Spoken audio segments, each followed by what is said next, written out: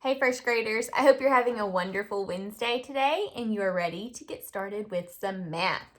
So today we're going to practice skip counting a little bit. I have a hundreds chart here if you need to look at it as we skip count. Let's start by skip counting by tens. And so let's start with 10 to do that. Ready? 10, 20, 30, 40, 50, 60, 70, 80, 90, 100. What comes after that? 110, 120.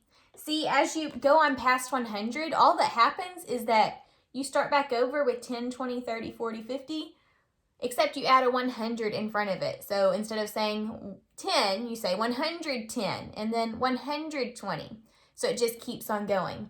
Did you know that you can skip count by tens from any number? You don't have to start at 10. So I could say, let's skip count by 10 starting with 4.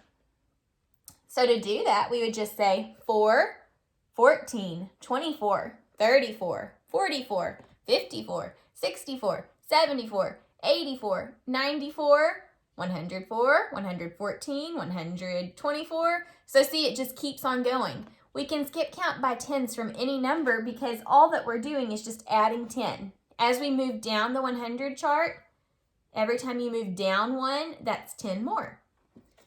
Let's try skip counting by tens from 1. Ready?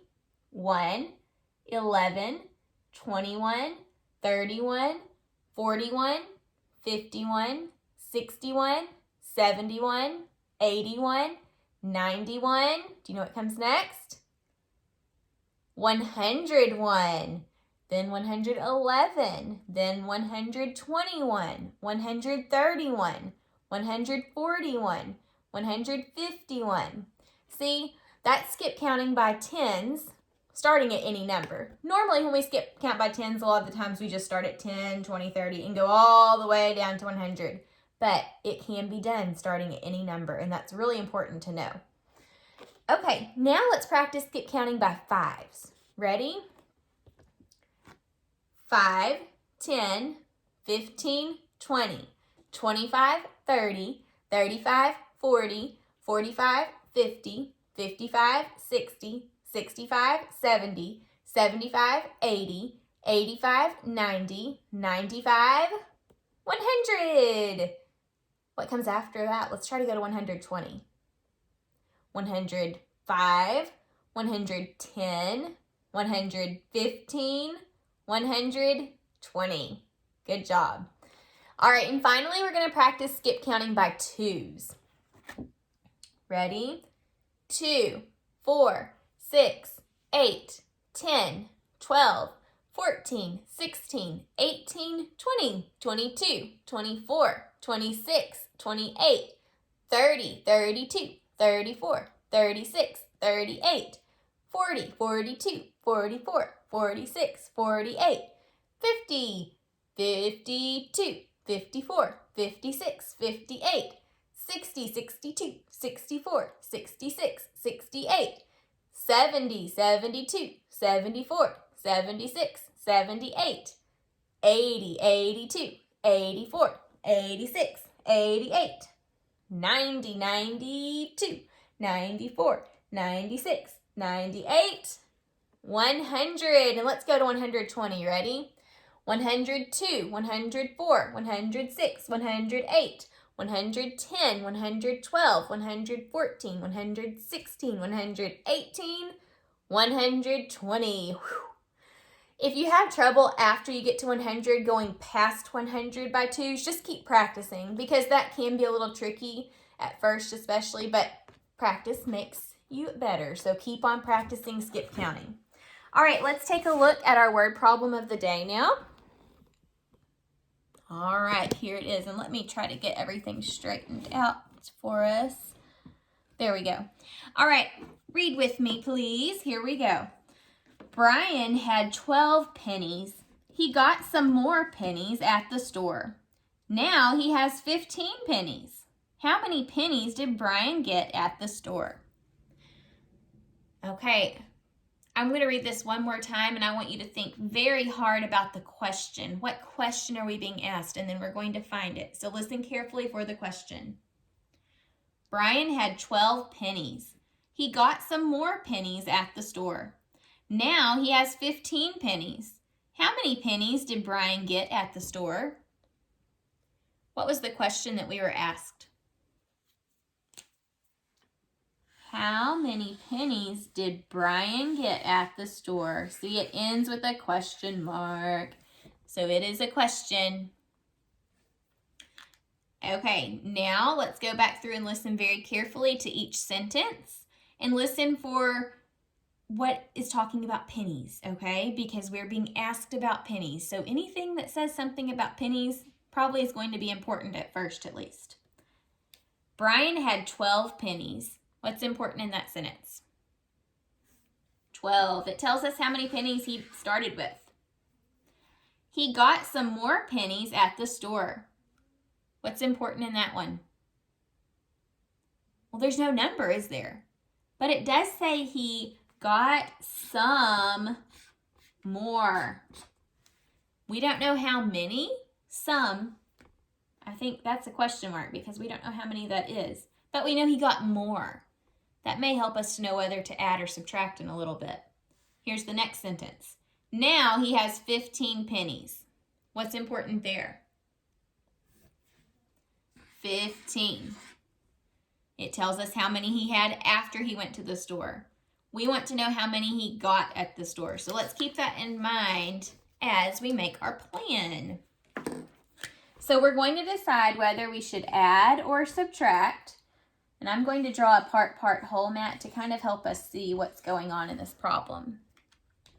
All right, so we know Brian had 12 pennies. Then he got some more at the store.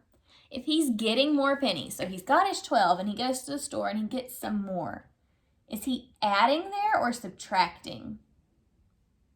He had his 12 and he's getting more for his collection of pennies. Is he taking away or is he adding and joining what he already has? He's adding, right? He's getting more. So 12 plus how many? We don't know. It says some. He just got some. So I'm going to put a box there because we're not sure. 12 plus something. And now how many does he have after he got those pennies? He had 15. So 12 plus something equals 15. Okay. Now, to help fill out our part whole mat, how many pennies did Brian have total? In the end, he had 15. So 15 is our whole. Now, one of the parts was 12. And the other part we're not sure about because he got some more, but we don't know how many. So anytime we have a whole and only one part and we want to solve for the other part, we have to subtract to do that. So I'm going to take 15 minus 12 to help me figure out how many he got at the store. So let's solve. 15 minus 12. To solve, I'm going to use an open number line, I think. But what I want you to do right now is at your house, grab a piece of paper and a pencil or something to help you with this problem and see if you can figure out 15 minus 12.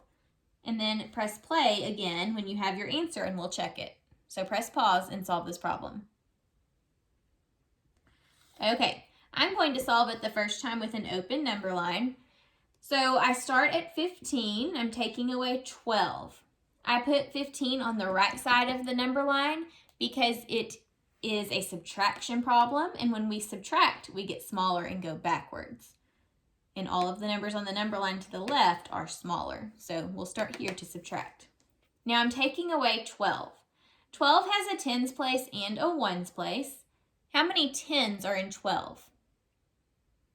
There's one 10. So I'm going to do one 10 jump. And then how many ones are in 12? 2 ones. So we need 2 1 jumps. All right, and then we're going to count backwards, and where we end up should be our answer. So 15, count backwards by 10. Remember earlier I told you can count by tens at any number. So 15, 10 less. Let's pull out our 100 chart if you're not sure. Here's 15. If we're going 10 less, we need to go up 1.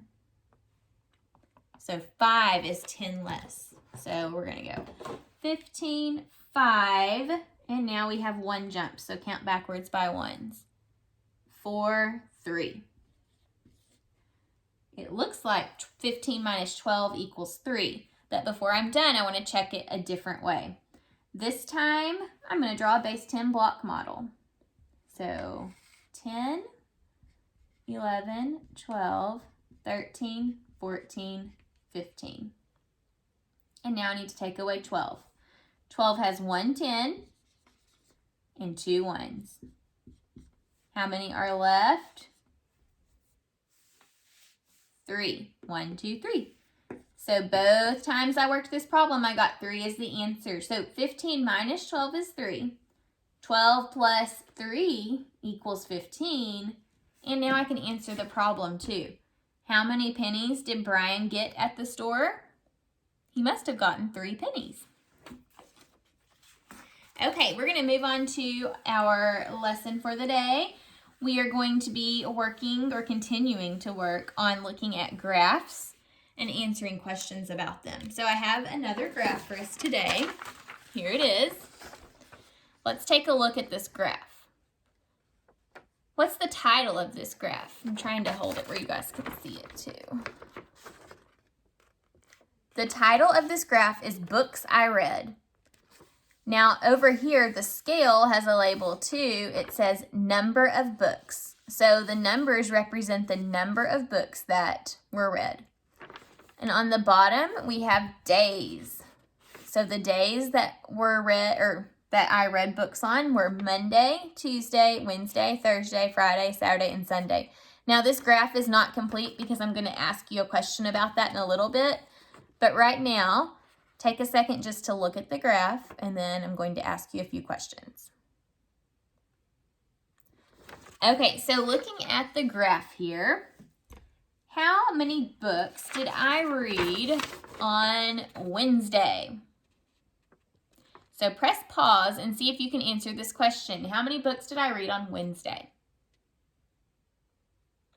All right, so on Wednesday, here's Wednesday.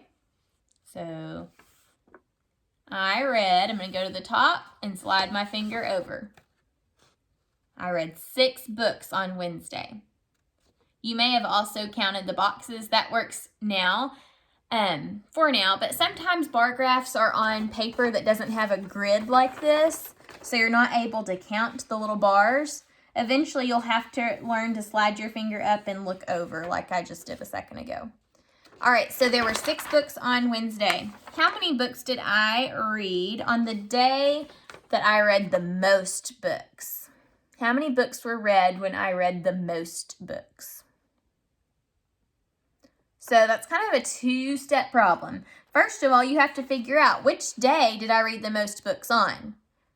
Which one has the greatest amount? This day, right? What day is this? Thursday. So on Thursday, how many books did I read? 8. I read 8 books on Thursday. All right, so take a look at what's going on this graph. Notice that each day I read how many more books? Well, from Monday to Tuesday, I read 2 more. From Tuesday to Thursday, I read 2 more. From Wednesday to Thursday, I read 2 more. So if this pattern continues, how many books will I read on Friday?